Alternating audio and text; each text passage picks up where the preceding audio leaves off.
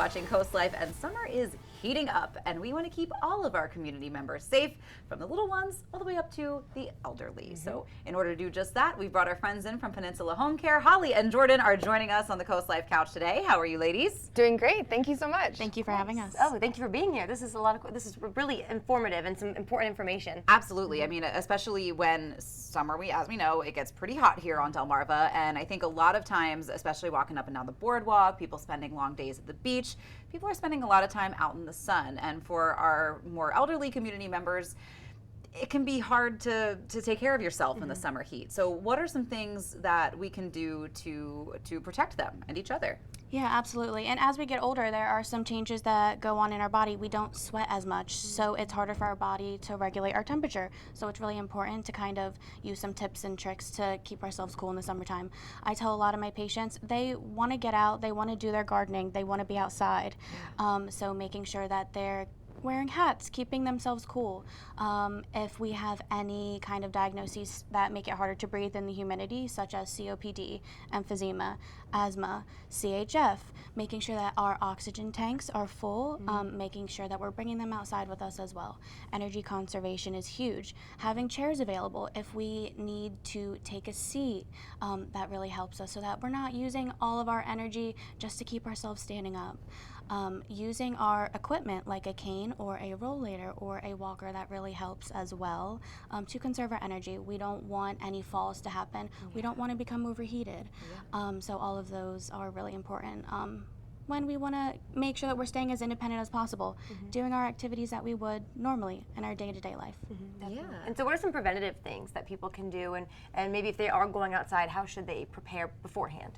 Well, I think being prepared is the first place to start, right? Knowing what your weather is going to be that day. Is it going to be super humid? Is it going to be really hot? Is the UV index going to be something that is really important to consider? Making sure that you have different ways to stay hydrated, whether it's bringing a water bottle, a couple water bottles, having like a little cooler in your car or outside with you, having that sun protection, like Jordan had said, making sure that you have a hat on if that's something that is necessary for you. And if it is going to be a humid day, having the correct equipment, like for your oxygen tank or something like that, is extremely, extremely important. Definitely. And I know Jordan mentioned too earlier that living independently, we want to help older people live independently, but if we're out on the beach or boardwalk, what signs could we all be looking out for, maybe help someone if the heat's getting to them? So some signs that we may be overheating: clammy skin, if we are having some difficulty breathing, nausea, lightheadedness, headaches, if we're getting really flushed or if we're getting really pale. Those are some signs to keep out for. If we see another person who may be having a situation where it's not safe to be outside in the heat anymore and it's time to get in some shade and really hydrate. I think we've also had, we've seen with some of the crazy wildfires that we've had, the air quality can really vary day to day. And I think sometimes we're tempted to just be like, that's not that important. Right. But how important is paying attention to air quality, especially in the heat on a day-to-day basis?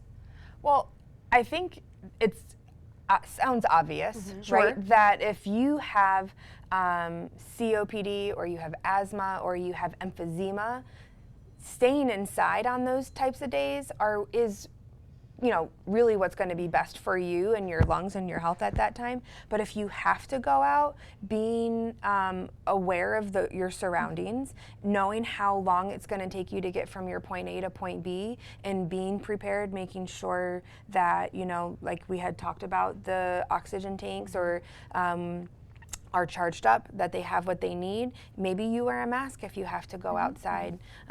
Really just being aware of your surroundings and then trying to do everything that you can with maybe what you have at home, or maybe even making a phone call to a friend or a loved one to help you get you to where you need to be, or to do the things that you need to do inside or outside of your home.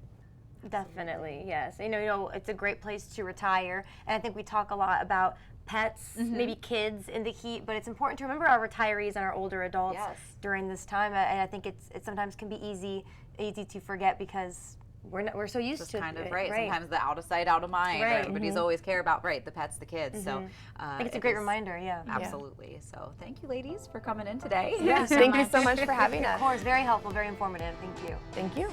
And we've got more Coast Life coming up for you when we get back. This segment of Coast Life was brought to you by Peninsula Home Care.